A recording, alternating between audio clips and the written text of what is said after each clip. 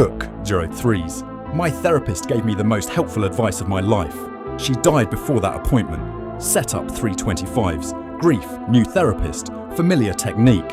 Horror 25 to 50s. She used a phrase only my dead therapist used. A private phrase, never documented. CTA 50s 60s. What I found in the old session notes. Follow for the full story. Scene 1050 so setup. Grief and return to therapy.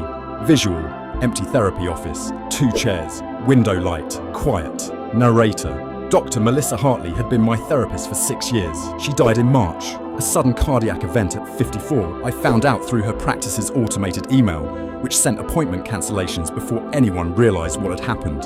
That detail has stayed with me. Narrator. I took a 4-month break from therapy after that. Grief is complicated when it's for a therapist. There is a particular kind of loss in losing someone who knew your interior architecture more completely than almost anyone, and who you can never actually mourn publicly because the relationship was clinical. Scene 2, 50 to 215, the new therapist.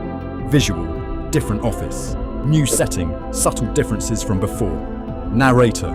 In July, I began seeing a new therapist. Dr. Anand, recommended by my physician.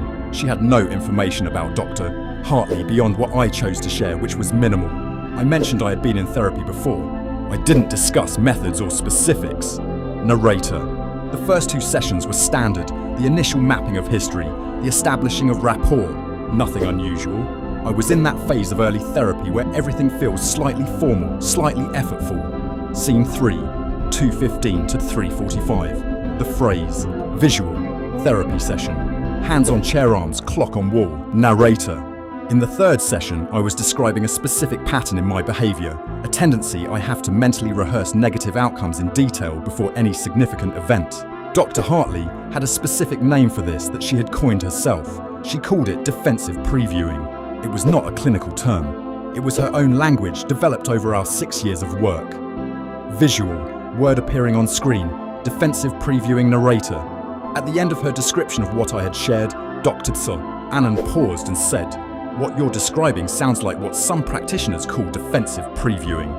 Narrator. I asked her where she had encountered that term. She said she didn't remember.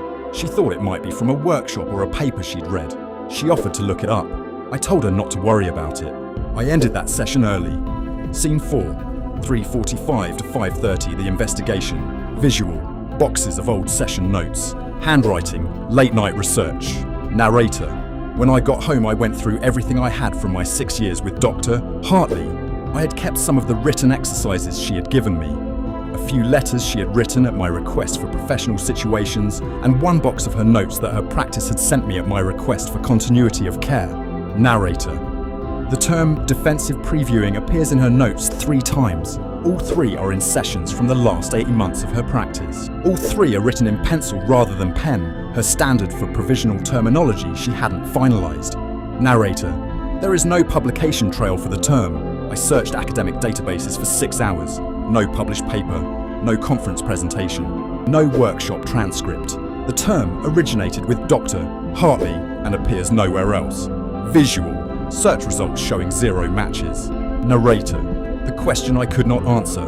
How did Dr. Anand encounter terminology that was never published, never taught, and that originated with a clinician who died 4 months before their first session? Scene 5. 5:30 found at 7 o'clock. Resolution ambiguous. Visual. 2 chairs in therapy room. 1 empty. Narrator. I returned to Dr. Anand and asked directly. She was visibly puzzled by the question. She sat with it for a long moment and said something that I have thought about almost every day since. Narrator. She said, "I don't know where I heard that phrase, but when you described what you were experiencing in session 3, it arrived fully formed in my mind, with a sense of urgency that felt like it wasn't entirely mine. I didn't question it. Therapists learn to follow those intuitions." Narrator. I don't have an explanation. I'm not offering one, but Dr. Hartley's last note in my file, written 3 days before she died, contains 1 line at the bottom that wasn't connected to anything above it. Visual, note appearing. Final line. Narrator. It reads, "Continue the defensive previewing work. She's not done yet." Scene 6, 7 o'clock to 7:45. CTA. Narrator. Subscribe. I don't know what to call this story. I know what it felt like. Comment. Have you ever experienced something that you couldn't file away in any rational category?